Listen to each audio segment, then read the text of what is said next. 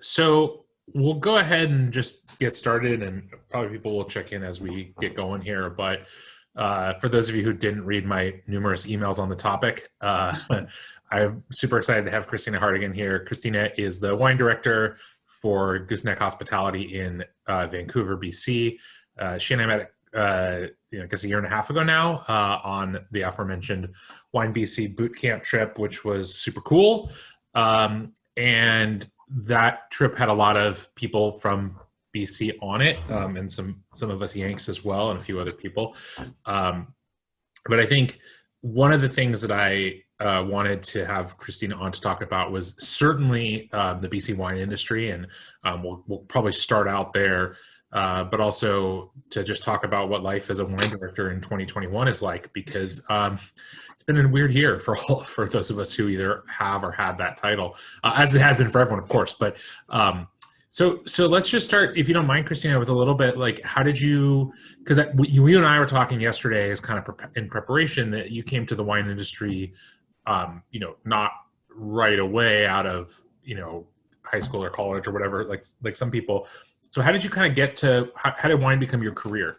Yeah, I was traveling the year after I graduated from university, and I was backpacking, and I ended up working on a vineyard in France. So it was just total luck of the draw. And I'd always I loved restaurants and I loved wine, kind of in that, like, I like the second cheapest bottle of wine on the list, kind of way, as a 22-year-old would. And I ended up working on this vineyard in France, just kind of fell in love with the whole process of it. But it was really just a hobby for many years. And I went back to university, had another career. And then about, I think, 2013 was when I started sort of delving a little bit deeper and took my WSET courses. And then I sort of got into the education side of things a little bit with a friend who was opening a restaurant, and then ended up back on the floor again after many years of being out of hospitality, and just decided to go back full time. So it was a little bit of a roundabout way, and it was a lot of reading and enjoying wine before I really got into the industry itself. But yeah. I think I haven't left that since. Yeah. I think that this is something that maybe we'll talk about a little later, but in general, do you feel like having had a career and a life outside of the restaurant industry and outside of wine gives you a different perspective? Because I think that, I'll just say for me candidly, one thing that I think is true is that sometimes people I meet who are wine pros, and maybe this is just why we got along, are a little myopic. They're very, very knowledgeable about wine. They're very passionate. Some of them are very good at what they do. But if they've been doing it, if they haven't been doing anything else, they've been in the industry for either a short time but don't have any other work experience, or they are longtime pros in some senses too. They lack, they just don't have outside experience. My sense is that for you, that's a benefit. Yeah, I'd say, well, I think like anything you do is always going to help you. I'm like the constant student who will take any course that I have time to take. So anything you do is always going to help you in whatever career you decide to do. But I think that in one sense, it's very easy for me to get very insular with my crowd of friends who are in the restaurant industry, and we can get pretty nerdy about wine. But it's also nice to have that sort of those wine nights with my friends who are completely in different industries, because I worked with them prior to being in the wine industry, and you get a different perspective on sort of what everyone's understanding or what they're looking for in wine, and so you kind of have a nice broad view. I guess that's helpful. Yeah. And then I mean, I think whatever way you come from, you're going to come with different life experience, but it's, I guess, it probably also just helps with excitement. Like, I've only been in the industry for I'm still excited about this industry. It keeps you from getting jaded. Yeah, and I'm going to do a little bit of bragging on your behalf, because I think that in a short period of time, you have accumulated quite a list of both sort of achievements academically, or at least sort of in the sense of accreditations, and also competitions. And you can list your whole CV if you want. But I know you are now an advanced sommelier through the quartermaster sommeliers. What WSET level did you reach up to? Diploma? Yes. Yeah, diploma. And have at least competed in some like Best Somm Canada stuff. Again, these I don't do a lot of research for. I just know that because I follow Christina on social media, and there's always posted pictures of very, very professionally taken pictures of her winning wine competitions. So the point is that, you know, you are maybe a newcomer, but also a very, very well versed in wine broadly, and obviously very good at the sort of academic side of it as well. Before we go into talking about BC wine a little bit, where in France was the vineyard you worked on? It was in Burgundy. I was in Marie Saint Denis. Oh, okay. I had no idea that I pretty much started at the top. And I remember coming back to Vancouver and being like, apparently I like Pinot Noir. I really enjoyed it there. And then I came back and I was trying to find these. I was like, why aren't these $12 Pinot Noirs delicious? Like, why are they different? Why are they not as good? And so that kind of sparked a bit of curiosity for me as well as to like, why was it so different? But yeah, it was an amazing place to go, an amazing place to sort of start my discovery of wine. So very cool. So let's talk a little bit about BC, and starting with maybe just a little bit. I think we'll mostly talk about the Okanagan Valley because that's kind of the majority. You know, it's where most of the wine is made in the province. But I do want you to talk a little bit or share maybe a little bit about some of the lesser known appellations within BC. Not that the Okanagan Valley is super well known for most people, but at least if you've heard of BC wine, you've probably heard of the Okanagan Valley. But let's start with the Okanagan, and maybe you can just give us a really quick overview of kind of what the landscape, maybe literally and also sort of just in terms of wineries is. Yeah, absolutely. So the Okanagan, it's a really young region, and when you think about it, it's really, they started planting Vitis vinifera in the mid 80s. And so it hasn't got a long history, but in that time, I think it's really shown that there's the ability to grow quality grapes there, and some great wines coming out of the region. Not a huge area, but about 85% of what is grown in BC is in the Okanagan, I believe. And it's a narrow valley that stretches, we're looking at sort of like north of Kelowna, right down to the US border. And it changes in that area from being sort of a cooler climate where we're growing Pinot Noir and Chardonnay and doing sparkling wines.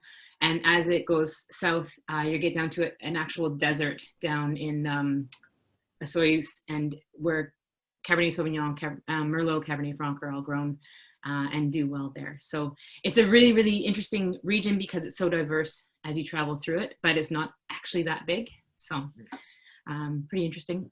It's grown so quickly over the last couple of years as well. Just the number of wineries, the number of small producers that are kind of popping up. Yeah, you're living the life I lived like 8 or 10 years ago when the number of wineries in Washington like doubled in 2 years or something. Yeah. Like everyone would suddenly start coming up to me like, oh, have you heard of this winery? And I just feel like, no, like, you know, everyone in the area was seemingly starting their own winery. That's still to some extent going on. The growth continues, but has slowed some. But like there was that period of accelerated growth where it was just like, I can't, sure. I'd go to Taste Washington, which is like our big wine event every year. And, you know, like year to year there, I would look at the list of participating wineries and there would be, you know, a third of the wineries I had never heard of before. And as someone whose job it was to know the wineries in Washington, and it was, I mean, that's part of why I went, was like, here was my opportunity to taste and meet. So you talked a little bit about how kind of there's this real meaningful difference from the northern end of the valley in that sort of like Vernon area up north of Kelowna, all the way down to like Osoyoos and Oliver near the US border. But I think also a thing to be aware of too is, you know, most of the vineyard land is pretty close to Okanagan Lake, and the side of the lake you're on also has a big impact, especially further north where there's a little bit, it's just cooler in general. And for those of you who, I don't know if anyone, actually be curious if anyone wants to mention in chat, besides perhaps your family member who I'm assuming is maybe also a Canadian, if anyone else has been to this part of BC, for one, beyond the wine, it's beautiful. I mean, the lake is really, actually the lakes, because there's a couple of different glacial lakes, of which Lake Okanagan is the furthest north. But it's strikingly beautiful. Obviously, there's a great and growing wine industry. But I was gonna ask you, Christina, like, can you does that sort of, can you explain kind of the difference of the side of the lake thing as well? Yeah, absolutely. So it kind of depends on where you are on the lake, because the lake is pretty huge, and it really depends if you're at like kind of the narrow parts, or the wider parts, as to like how much of effect it's going to have. But when you are in Kelowna, you are looking at like West Kelowna, and on the eastern side of the lake too, in Lake Okanagan, you're seeing quite a difference in what people are growing there. And then like you can start to see, as you go down to the southern part of the lake, you start to see these like bigger reds starting to come up as well, like and kind of being on that western side of the lake. Like you do see a bit more of the reds being grown. So it just changes. If you are up north, like it's all about white wines, it's about sparkling, it's really, you get these wonderful aromatic whites. I think the one thing that you do see the whole way through the Okanagan is this incredible diurnal shift. So the temperatures between night and day can be huge, and you get these slightly shorter but very, very hot summers, but very cool nights. And so that change in temperature really it makes a very big difference in terms of sort of the acidity that stays in the wines. And I think that's a real marker for BC wines, is that beautiful acidity that's kind of through, I think, all varieties, even when it's unexpected. So I think Viognier is the best example of that. I mean, I like BC Viognier because it has acidity. So yeah. And that is, for those of you who are not big Viognier drinkers, one of the general complaints about Viognier is that it tends to lack acidity in a lot of places, because it just tends to ripen relatively vigorously, and is often, I mean, also we're thinking about it grown in places like the Southern Rhone, or places like that, or California coast, where it is relatively warm, and more to the point, you don't get this big temperature swing. Because it's really striking. I mean, obviously, this part of BC is really an extension of the Sonoran Desert, which runs all the way from essentially Mexico up through to kind of this, basically terminates kind of just, in this area in British Columbia. And then once you get above there, you're really too cold, I think, to technically, and you start to get more influence from the Rockies, I think, of that kind of more, it's wetter during the year. And it is striking, there are lots of things I learned upon my many visits to the Okanagan Valley. One of the ones that's funny is, I think someone told me at one of the wineries that it's considered the Jersey Shore of Canada.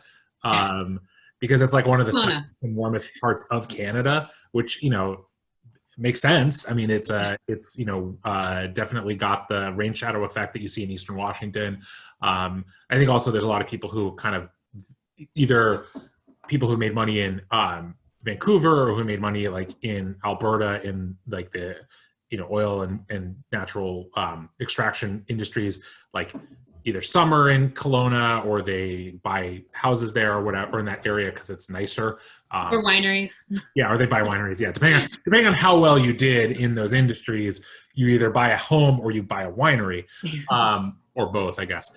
And I'm curious, Christina, like, I want to talk a little bit more about some specific wines and wineries in a moment, but I want to ask too, because you're in Vancouver, what is the general perception of and like relationship to BC wine, and maybe, I guess BC wine broadly, and maybe wines from the Okanagan in particular in Vancouver, both among like your peers in the restaurant industry and then also among consumers? Is there a lot of, is it kind of, do they feel like the home team? Is there a lot of like, we want to support locals, or is there, and that may be different for those two groups, I guess? Yeah, no, absolutely. It's there's a huge amount of support in Vancouver for BC wines, and I think it's in both in consumer and in industry.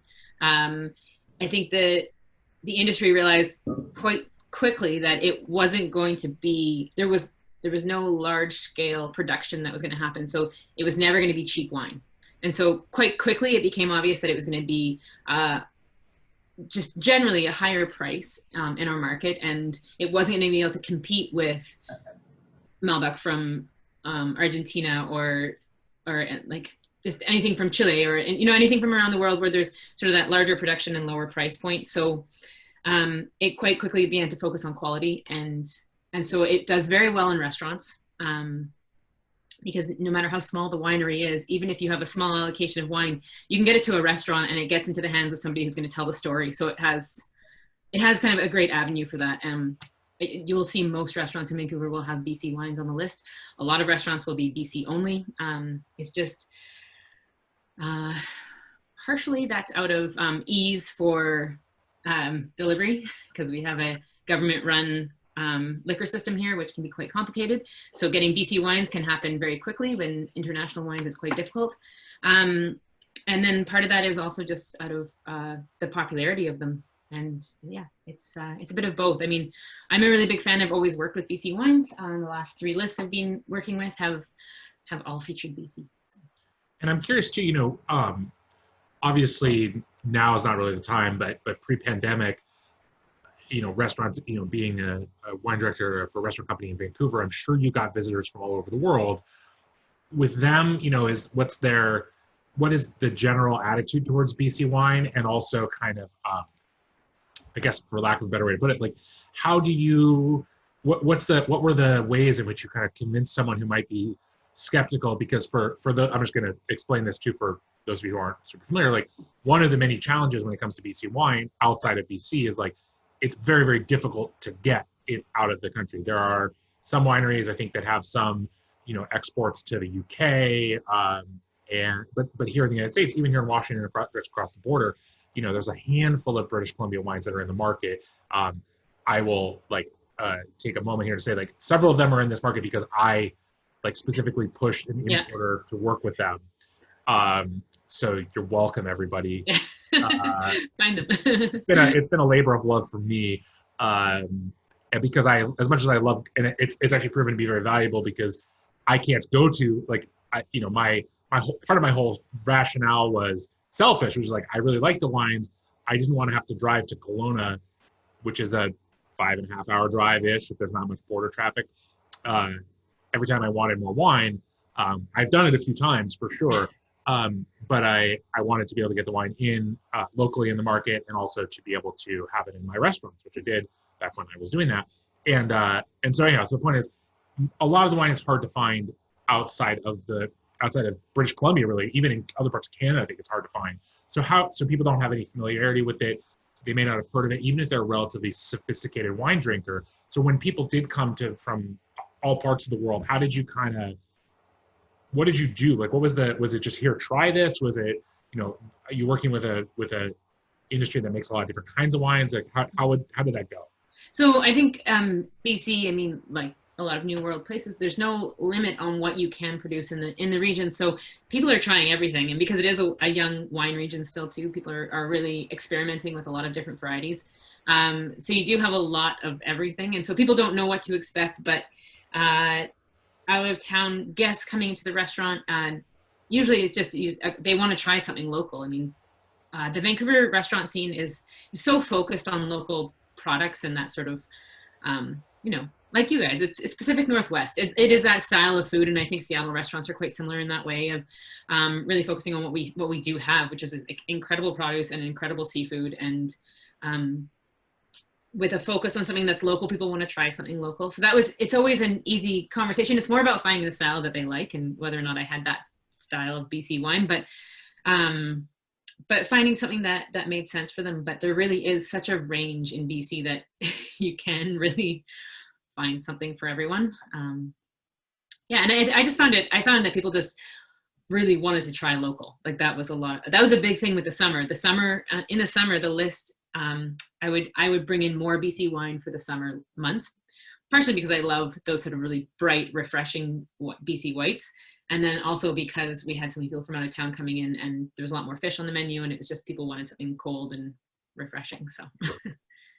So let's talk a little bit about some of the, you know, things to eat. Well, we'll start with maybe a non constrained view, because obviously for most everyone, the list of what's available in, you know, if you're not in BC, is pretty tight at this point. But for people who might want to dream on a vacation to BC, those of us who are down here in the States, or even other parts of Canada, whatever, what you can name favorites. I would appreciate it, but if you don't feel like you want to do that, so I understand, I'll say some of my favorites. That's fine. But like, starting kind of with, I guess let's work maybe north to south, probably the easiest way to do it. So Are there wines or wineries that you feel like, hey, these are some of my favorite producers? Maybe first in that kind of, you've got some. That's right. You have. I told you, I pulled all these bottles out of my wine fridge because I was like, these are all the BCs I have right here that I wanted. I was trying to decide. So, yeah, just walk us through the wines you have. That's an even better way. So Tantalus. It's difficult to see that label because it's nice and shiny. Yep. Tantalus is in Kelowna, and they are a producer that they've actually been around for quite a few years, and they have some of the oldest vines in that region, but they're producing a lot of Riesling. That's really their focus, and I think that Riesling is really a standout grape in the region. So their Rieslings, I have tasted some back vintages, and they are outstanding. They age so well. I just can't seem to actually hold on to the bottles. So I keep buying them and saying I'm going to keep them and then keep drinking them. But they do a lovely Pinot as well and Chardonnay. They do traditional method sparklings. They do a lovely sparkling Riesling as well, which is great. But just it's one of the best wineries kind of in the northern part of the Okanagan. I really love that. And pretty much everything they put out, but it's great. Their Old Vines Riesling is I think it's a great one to put away for a few years. I have a couple that I have put away for a few years. I have maybe slightly more restraint. Yeah. But, if you ever, if the border ever opens and you can come visit, we'll open one. Yeah. I would say too about Tantalus, it's funny. So Tantalus is great. There's a lot of funny things about it. Dave Patterson, who's the winemaker there, is originally from New Zealand, and he told me one of the funniest things I think a winemaker's told me in a while, a number of years ago when I was visiting, and he was talking about their since he took over, they've been big into sustainability in a pretty kind of holistic sense, and one of the many things that he did was he really wanted them to plant all these crops kind of on the at the ends of the rows of vines, because there's one thing you want to do that I think a lot of wineries in BC and all over the world do is, they allow a certain amount of cover crop / weed, whatever growth between the rows that there some vineyards you'll go to in various parts of the world and it's very aggressively tilled, or even they're using, herbicides and stuff like that to kill everything else. I think a lot of people realize that all in all, it's better for the broad health of the soil if you have stuff growing between your rows. But there's also this whole idea of planting things at the ends of rows, flowers and the like, that attract pollinators, even though vines don't need to be pollinated, but those plants tend to attract also pests will kind of glom onto those plants instead of your vines, because those plants are much less vines are pretty hardy, and these are much more inviting targets for pests, but if you give them nothing else to go after, they'll go after your vines. And so because of all these flowers and stuff like that, there's a lot of bees. And I think Tantalus actually makes some honey. They actually have a couple of bee hives as well. And Dave just from passing was like, by the way, I'm deathly allergic to bees. And I was like, well, was this a difficult decision for you? What, it seems like you're tempting fate here. You're in the vineyard all the time. Aren't you worried about getting stung? And he's like, if I die out here, this is where I'd want to die anyhow. And I was like, fair enough. I mean, that's one way to look at things. Extreme, but yeah. I mean, he has a wife and kids, so that's a little much, but good for him. So he always has his EpiPen with him. So it's true. He did mention that. So yeah. He's not totally doesn't have a death wish exactly. Yeah. Yeah, absolutely.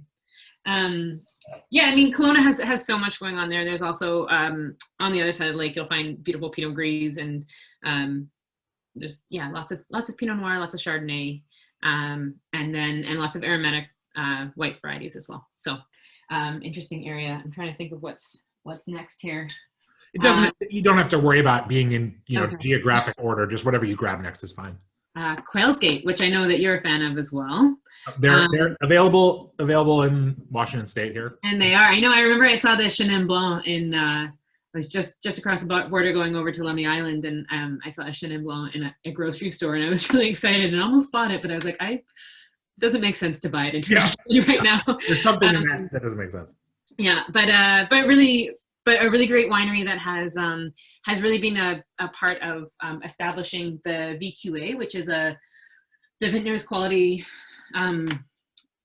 Alliance, that is a like just that was started, I think, in 1990. So it was, it's really just about sort of that switch from growing these hybrids to growing vitis vinifera and making quality wine, and really encouraging that. And if it has a stamp of the VQA, then you know it's gone through testing, and you know that it's met all these standards, and that it's produced where it says it's produced. And there is a sort of a subheading in the BC liquor stores that's like bottled in BC, which means it can be juice that's brought from somewhere else and then fermented here, or it can be wine that's made somewhere else and then just bottled here. So it's a really strange kind of bulk wine section, but the VQA really sort of took over that and brought in this this level of quality and sort of the assurance that there is a quality in that. So, but Quailsgate was really one of the founders of that and really pushed for it and brought all these wineries up with it. So it's a really important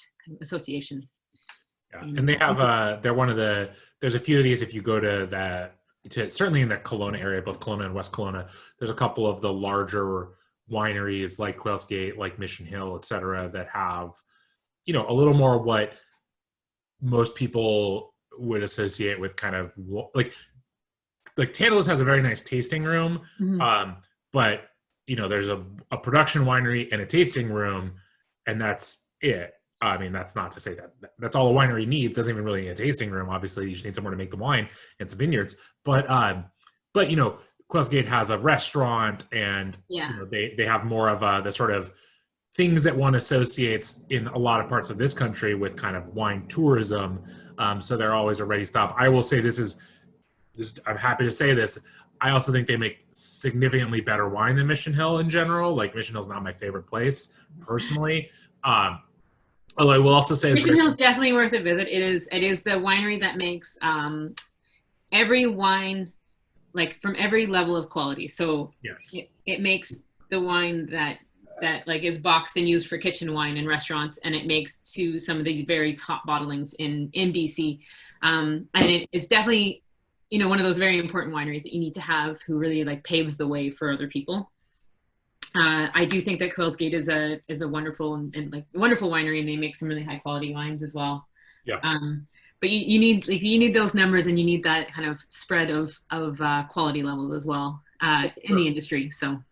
Yeah, and also, like, it's very true that, like I said, you know, you also need the wineries that are going to be the place where someone whose idea of a winery visit is like a beautifully manicured lawn and you know, someone in a suit and tie to like hand them a glass or whatever. Like, that sounds like I'm being critical, and I mean, I'm only being critical in the sense that, like, that's a specific kind of wine tourism, and totally. BC is very, in the Okanagan Valley, is very well sort of situated to do wine tourism because it is so beautiful, and it is such a place that is, I mean, most wine regions are at least reasonably picturesque. Few are as picturesque as the Okanagan, and there's a lot of demand for that kind of thing, and I appreciate it because to some extent it keeps those people out of the wineries that I mostly want to go visit.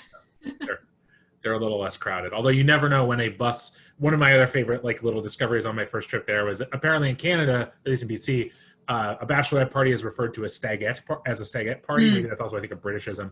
And man, when my wife and I were at Quailsgate, there were like 10 of them going on at the same time. And it was like each had their little section of the space, and you're just like, whatever, good for you guys. Yeah, it's very Instagrammable.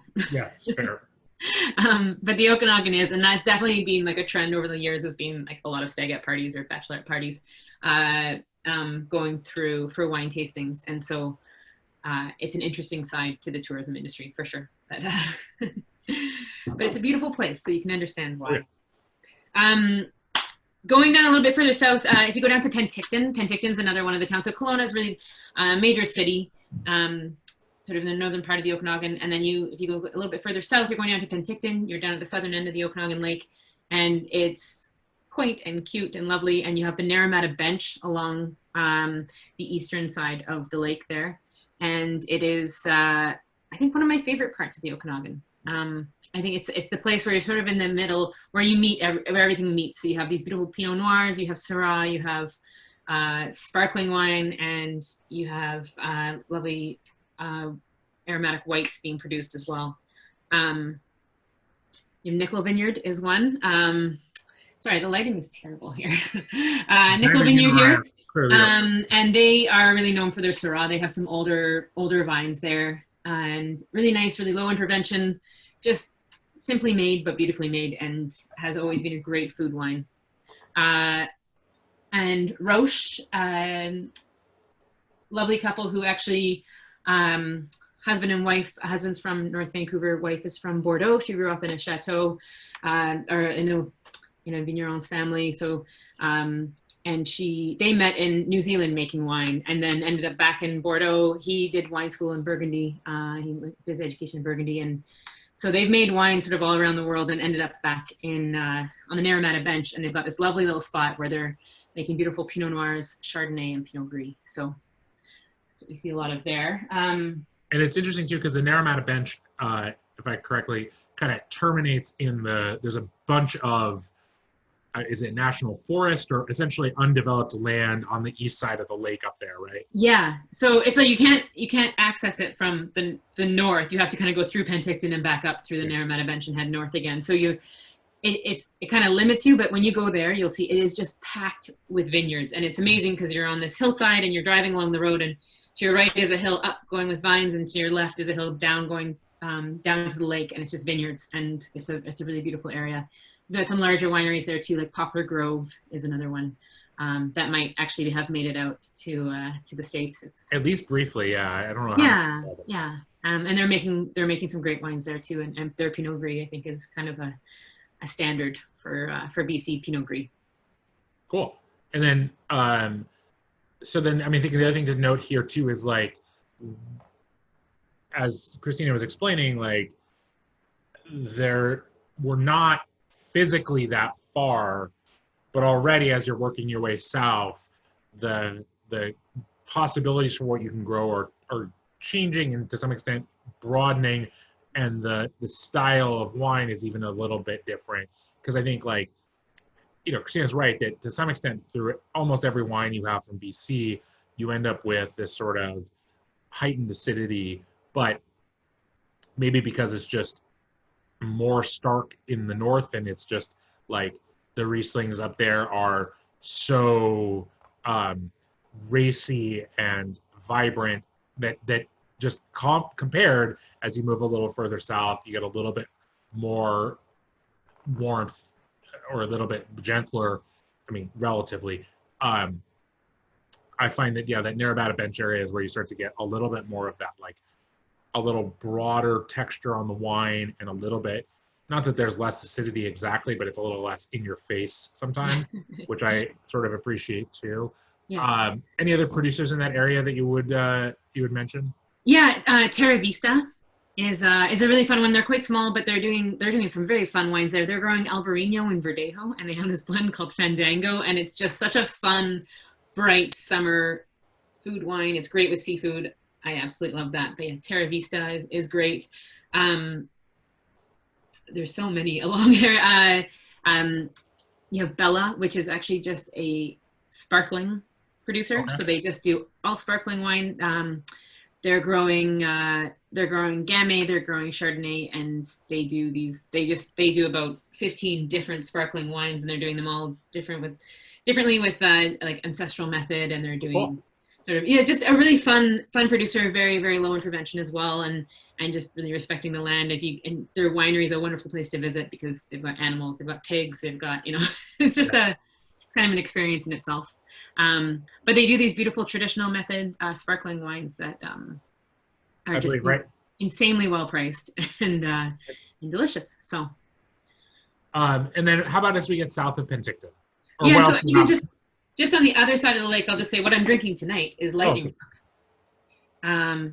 And Lightning Rock, a fairly new producer, but they are in Summerland. So that's just on the other side of the lake from the Naramata bench, just facing. And they are a young couple doing some really exciting stuff. They've got some beautiful Pinots, Chardonnays, Syrah, Viognier, and they do a traditional method sparkling as well, which is, I'd say, I'm gonna go and say it's my favorite BC sparkling. So this was the one winery when I was on the aforementioned BC Wine Bootcamp trip, there was a one winery that I didn't get to try that Christina and others were like, this is the winery you should try, and it didn't happen.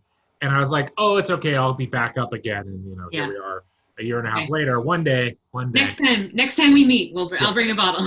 Okay, excellent. I'll bring some Old Vine Tantalus Riesling. Perfect. And I think also a thing to note here too is that, if any of you are interested in thinking about visiting post COVID or whatever, a nice thing about that sort of Penticton Summerland area is you're really kind of centrally located in the wine area. It's like Kelowna is bigger and has more amenities. Like it's definitely there's more restaurant, or at least were. I mean, again, who knows how things are going to look post COVID, but generally speaking, it's where there's a little more going on there. But you are kind of, if you're trying to get to some of the, especially if you're looking for more medium to full bodied red wines and stuff, you are kind of have to do a lot of driving. And Penticton is more centrally located in Summerland too, which is kind of nice if you are trying to hit a little bit of everything. It's not quite as big of a haul every day to get to the wineries. Yeah. Yeah, I will say, like, going down a little bit further south, you get into Okanagan Falls, which is sort of this mix. You're seeing a lot of Pinots and Chards, and then you start to get down into that southern part, Oliver, and then Osoyoos, which is down right on the border. I mean, you'll see even there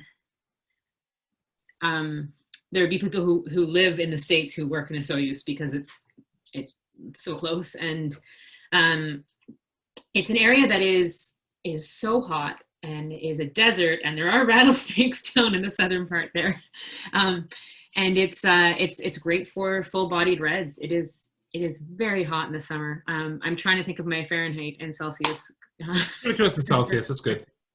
But yeah, you have these 40-degree days, and that's too hot for me. So wineries down there, like I know Le Vieux Pin is a winery that I've been to that is generally very highly regarded. Others down there that you would mention? Yeah, I mean, I think you have to look at the wineries that have been there for a while that have really laid the groundwork for people. And I think Burrowing Owl is one that maybe has made its way out of BC a bit, and it really is. It's a bigger, richer style. All of them. So their Pinot Noir is just a little bit oakier than something from, say, Kelowna or the Naramata Bench. But their Merlots and their Cabernet Sauvignons have the ability to age, and they've got great structure to them, and they are very enjoyable, and they're a great memory wine for me. My dad and I have shared many bottles from Burrowing Owl. That was kind of one of the wineries he introduced me to. So I have a funny thing to add there. So my first time in the Okanagan Valley area was with my dad right after I graduated college, and we took a road right after I graduated college. We took a road trip up through. We spent a few days in that area, and I was 22. I didn't know anything about wine really. I mean, I knew a little bit about wine, but Burrowing Owl was one of the wineries we went to because this was in the mid 2000s. There were not a lot of wineries in the area at the time, and most of the ones that were there. I mean, we didn't make it further north in Penticton, but I think most of what was there was in that area because that was kind of where you had the conditions for growing and making these sort of more full-bodied red wines that were very much in vogue at the time. And we had a few bottles, and I remember probably, I guess it would have been so there would have been 2016, which would have been 10 years after we took that trip.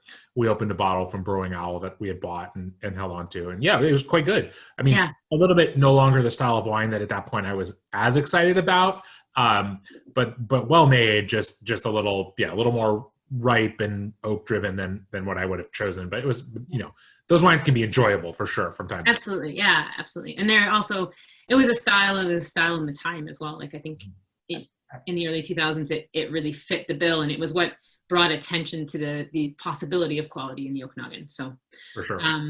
It's a winery. It's definitely worth visiting. It's a beautiful place as well. If you're down south, I think Le Vieux Pin, very interesting. So they're doing it's a French winemaker, and she's doing all French styles of wine at Le Vieux Pin. So a lovely Syrah, and they have I think Syrah is really their main sort of project, but just really it's their focus, but also kind of what they're best known for. They also do a Marsanne Roussanne, blend, which is lovely. And then their sister winery, which is a little bit further south, is called La Stella, and it's an Italian-focused style winery. So same winemaker, same team, and they do a Super Tuscan. So they do a little bit of Sangiovese, which is crazy because that's actually not grown very often in the Okanagan. So that's lovely. So a Cab Merlot, Cab Franc, Syrah, and Sangiovese blend, which is really cool. So La Stella is definitely one to look out for. They're doing some great things there. And then if you're down south as well, Nkmip, which is NKMIP. It's an indigenously owned winery. It was the first of its kind in BC, and it's a very interesting spot. There's a beautiful hotel, a winery, and then also a heritage center, which has a great view of the history of the First Nations of the region.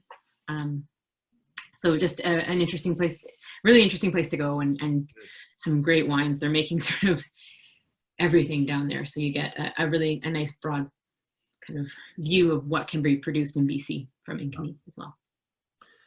And then, okay, let's leave the Okanagan for a brief. Yeah. So I will say, so what I'm drinking actually is not from the Okanagan. It's from the nearby Similkameen Valley, from Clos du Soleil, which is, I guess. I mean, Christina will probably have more to say than I even do. But the Similkameen, so the Similkameen is a place where I think, the Okanagan Valley is very beautiful because there's a beautiful string of glacial lakes, and it's very picturesque in that way. And I would say the Similkameen is not necessarily beautiful, but it's very striking because you have this incredibly steep-sided valley kind of carved by the Similkameen River, but it's very, very. I mean, again, you walk up into these vineyards, and as you walk to the, you're going. There's kind of they're an incline, and then you almost essentially walk into a cliff face. It's not quite 90 degrees, but it's 70, 75 degrees. Like you can't go up it. And it's very stark. It creates a lot of very unusual effects within a very small area where not only does there's a lot of wind that goes through. It's very kind of consistently windy. Even during the summer, which is actually great for grape growing. But also literally like the positioning of the valley and where is in shadow during the afternoon is hugely important in terms of what you can grow, because the sides of the valley are so tall that parts of it will be in shadow or in shade, an hour and a half or 2 hours before, on the south side, you'll be in the shade way earlier during the growing season than on the north side. So, it's a very striking place. You see, you talk about in the Okanagan how within, a relatively narrow geographic span, you can have very different styles of wine. Well, in Similkameen, it's like 3 miles away. It's one place they're growing, Riesling in incredibly cold conditions, and you go 3 miles and they're making this, which is, like a Cabernet Sauvignon based blend that's like full bodied. So it's wild. It's also, and I will say this because Christina may or may not want to say, it is a great place to spend a day. There ain't much else there. There's vineyards and there's a lot of organic produce, but like Costin and Keremeos is the other town. And there's like 3 stoplights between the two of them. So it's not a place to hang out. I have to say, we actually did, my fiance and I spent a couple of days there this summer. We went camping in the summer, and we camped in the Similkameen Valley, and it was fantastic. It was a very wine focused part of our trip, but it's absolutely beautiful. You're right. It is so striking there, and it's very different to the Okanagan. From being on the lake for a couple of days to then being in this valley, you are surrounded by these super steep, incredible mountains around you, and it is hot, and then that wind just picks up in the afternoon, and it is that wind. I think it's like 4:00 in the afternoon, and every single day at 4:00, it's gonna pick up. It's just a very predictable thing, but great for the vines. It keeps them dry, so it keeps the the chance of rot a little bit lower, and just because of that, it's a lot easier to be organic there. And so you see a lot of organic and biodynamic producers in the Similkameen Valley, which makes a lot of sense. But it is very hot, and you see that huge change day to night in temperatures. So again, you get that beautiful acidity, and you also get that ripeness, and you can have those sort of bigger style reds as well as some of those really bright white. And yeah, I think there's and you have the Clos de Soleil there, which is one of the wines I also have here. A couple of my favorites, Courcelette. Courcelette actually just about 2 doors down from Clos de Soleil, and here I have the rosé, which is delicious. And they have they make a lot of reds as well. It's really what they're known for, but their rosé is a really great food wine. It's really full bodied for a rosé, so I like that it's dry and it's nice. Orofino is another one, something that I think is a winery that really flies under the radar, but is producing incredible Rieslings and incredible Bordeaux blends. This here is their Syrah, which is lovely. It's really peppery and spicy, not too much oak, so it's still quite fresh. And yeah, that's it's what I love about BC wine. I think is that freshness. I think that clearly comes across with my choices. Yeah. Christina, do you remember? So one thing that I think is changing in the Similkameen a little bit. When we were there, we had a lunch at a place that I now don't remember the name of because I didn't, again, really do. Yeah, Row 13. Okay. Row 13 is actually, it's a very cool restaurant. They're gonna have they have some guest rooms as well, I believe. They have a cidery attached to a restaurant. It's actually a farm that started the restaurant, and so in a really cool way, they're using such local produce because they're using their own produce. But it was actually a farm that we worked with. The restaurant that I was at in Vancouver, Wildebeest, worked with directly, and then they went and opened their restaurant, and we were supposed to do, it was April last year, we were supposed to do a dinner. Wildebeest was going to go up to Row 13 and do a special guest chef dinner. And so yeah, a really exciting place. And I think what you do see is you see that sort of growth of a little bit more tourism and a little bit more sort of bringing guests to come in and stay for a few days, as opposed to just it being a day trip, which it was for, I think, quite a while. I know Orofino also maybe has some guest accommodation. We do, yeah. It overlooks the vineyards. I mean, like anytime you stay at a winery, you know that you're lucking out because you're going to look out one window and there's vineyards, and you look out another window and there's more. So it's pretty good. Awesome. Well, and then anywhere else in British Columbia that you think, hey, you know, there maybe not, maybe to visit, maybe just to look out for wine from if you're up there. So there's also the islands is one of the geographical indications in BC, and I think they're just starting to get a little bit of attention. I have Seastar Ortega, and Seastar is on Pender Island, and it is one of the small Gulf islands. You can see it from Lummi Island, so there's there's quite a connection between the San Juan Islands and the Gulf Islands there, but it's not one where you're going to see lots of big reds being grown. It is very much maritime climate, but it is great for these aromatic whites. And so you see coming from there, they are growing some Pinot, which is nice, and they have a beautiful rosé. And so, yeah, Pender Island is making some wines. There's some wines on some like Salt Spring as well as Main Island and Saturna. They're all growing grapes, so it's really interesting to see what's happening there. It's definitely one of the smaller regions. Vancouver Island being the largest area, but you do have these wonderful little pockets on Vancouver Island. And so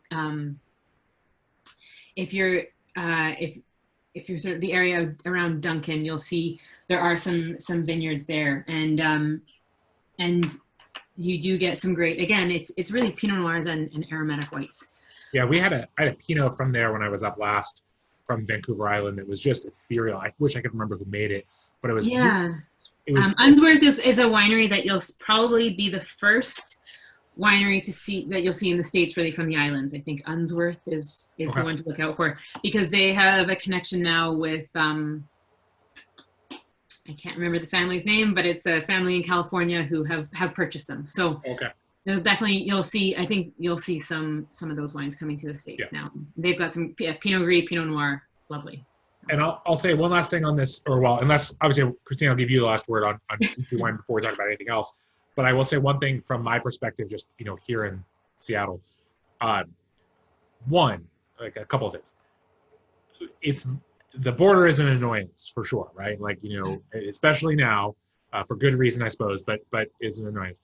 But really and truly, and I believe this, and I was on the way to trying to do this before the world kind of changed, and hope to do it at some point. But I really believe that, you know, if you look at the Willamette Valley and maybe even Southern Oregon up through British Columbia, you're really looking at one region and one wine region that has a lot of different facets, and that the border is what it is. And actually, a thing that continues to shock me is that no one has decided, despite all the success of wineries just across the border in the Osoyoos area, there's no vineyard land. You literally cross the border and the vines stop. It's very weird. You know, you would think someone would decide that it was worth a little investment up there. Any of you who have some extra cash who want to pour me some money to start a winery in the middle of fucking nowhere, Washington, we can do it. The land, I'm sure, is extremely cheap. But so it is really one region, and it doesn't make sense to sort of say, you know, that this is something totally different. It's very similar in a lot of ways. There's a lot of commonalities, and as Christina mentioned, from a food and cuisine and standpoint, you know, you go to BC, you go to Vancouver, and the menu and everything looks exactly like you would see, you know, I mean, not exactly, but very similar conceptually to what you would find in Seattle, which makes sense. They're very similar cities in a lot of ways. The thing I will say is that the biggest holdup for getting one of the biggest holdups for getting BC wine into the U.S. is the BC wineries themselves. Unfortunately, thing I have complained about a bunch is, you know, they have a certain benefit of, you know, they're still largely able to sell so much of their wine direct to consumer in the local market, which is obviously more profitable for them than selling into distribution. But as the industry continues to grow, that's going to change. I mean, the growth in BC wine industry is greatly exceeding the growth of the population of British Columbia. So someone is going to have to drink that wine. Although I would say this last year has really done. Oh, that's true. I guess it's probably slowed the growth a lot. There's been a lot of direct to consumer. I think there's definitely been seeing kind of a growth in that area, that people have really started exploring BC wines and here because, you know, they can get them shipped to their houses, and that was nice and easy. Yeah, but I do agree. I think there will be, but we're kind of that.